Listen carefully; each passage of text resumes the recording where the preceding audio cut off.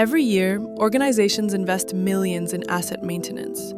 Costs rise, work orders grow, and decisions become harder to justify. Dashboards show what happened, but not which asset truly demands attention. With Maxes, decision makers move beyond charts. They ask questions directly to their data, like this one. Which asset had the highest number of work orders in 2024? The answer points to one critical asset, Boiler PLTU 2000, a boiler with the highest maintenance activity in 2024. The user shifts focus from dashboards to the asset itself, narrowing the view to understand what's really happening on the ground. Inside the asset record, work order history reveals the pattern: repeated interventions, delays, and unresolved maintenance events throughout the year. Lifecycle charts connect failures, downtime, and root causes, transforming raw maintenance logs into operational insight. With context now visible, the question evolves. Not just what happened, but how healthy is this asset really?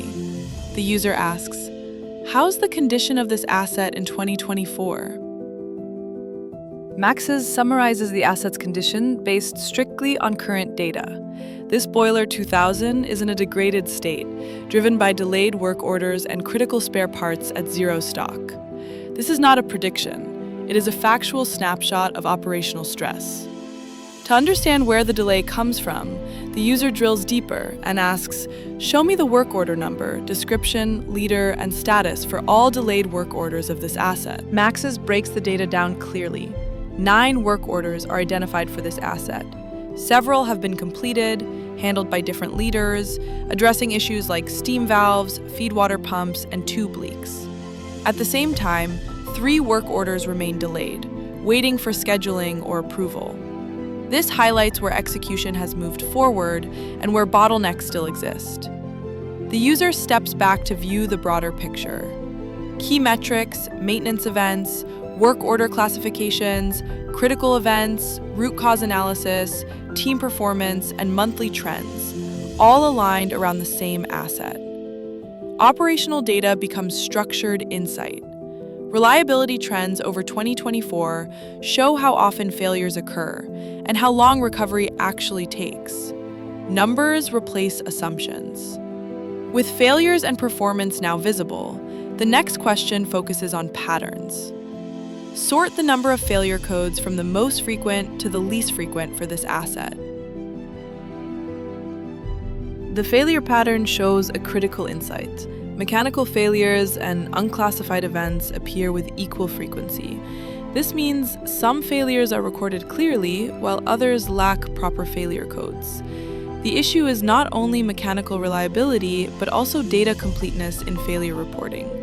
To understand whether performance is stabilizing or declining over time, the user shifts focus to availability trends and asks, show me the equipment availability pattern from July to December 2024. Is it getting worse? Equipment availability shows a clear downward trend. Availability declines steadily by nearly 1% per month, with low volatility, indicating consistent degradation, not a one-time anomaly. To understand what's happening behind the numbers, the user moves into real operational signals. Water level, pressure, combustion temperature, and fire conditions are reviewed together. These readings provide context, showing how the asset behaves under load. Attention then shifts to inventory. Spare parts availability reveals whether maintenance execution is being supported or constrained by stock conditions. With usage and availability now visible, the user asks a critical operational question. Sort spare parts by usage frequency, including item numbers and quantities, from most frequently used to least, for this asset Boiler 2000. The data shows how this asset consumes materials over time. Spare parts are ranked by actual usage based on warehouse issue transactions. High consumption stands out. Fuel usage is significant, while insulation materials and aluminum tape are repeatedly issued. Negative quantities confirm these items are being taken from stock, not returned. This highlights which components support daily operation and which materials quietly drive maintenance cost and supply pressure. The The focus now shifts to inventory behavior. The replenishment workbench visualizes spare parts through ABC analysis. High-impact items stand out immediately. Class A parts represent the highest operational and financial exposure. The user scrolls deeper, moving from visualization to interpretation. For Class C items, the system highlights low-risk materials, where overstock and inefficiency quietly accumulate cost. Class B items sit in the balance zone, moderate usage, moderate risk, requiring tighter control without overreaction. Class A items demand full attention. These parts carry the highest consequence if unavailable, directly affecting asset uptime and maintenance execution. With critical parts now clearly identified, the next question becomes unavoidable. What is the lead time of these spare parts? Who is the vendor? And what was the last purchase order? The data reveals how spare parts are sourced and managed. Some items show clear vendor relationships, purchase history, and lead times. Others lack this information, exposing gaps in supply visibility. Even without complete data, this view helps distinguish which materials are controlled and which rely on assumptions. With supply conditions now visible, attention shifts to maintenance dependency. Show me the preventive maintenance schedule for this asset. Are any of these spare parts required for upcoming PM activities? The preventive maintenance schedule outlines how this asset is managed over time.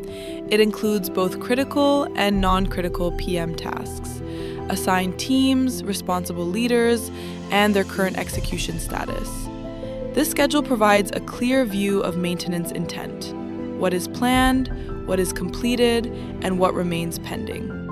With the maintenance plan clearly visible, the conversation reaches a decision boundary. What if we delay preventive maintenance for this asset by 14 days? The impact analysis is evaluated within the current condition of the asset. The Boiler 2000 is classified as degraded, with delayed work orders and multiple critical stock items.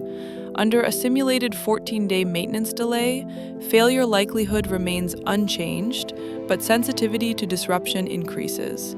This reflects existing execution pressure, not a new failure event. The result is a low-risk scenario based on historical behavior and explicit assumptions, not a prediction and not an operational directive. The user returns to the asset view to validate reliability performance. Mean time to repair for this asset in 2024 is 158 hours, representing an increase of 158 hours from baseline. This value reflects recorded repair duration during the year. The metric is verified against the MTTR trend chart, confirming consistency between calculated values and historical data. Attention then shifts to mean time between failures. Mean time between failures in 2024 is 1,202.3 hours, showing an increase of 1,202 hours from baseline.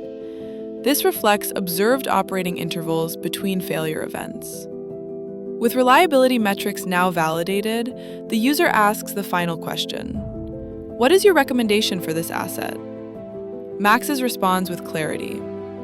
The available data is not sufficient to provide a recommendation. Key operational details are missing, and without them, any recommendation would be unreliable. Max's does not replace judgment, it protects it. By revealing facts, validating reality, and stopping where assumptions begin.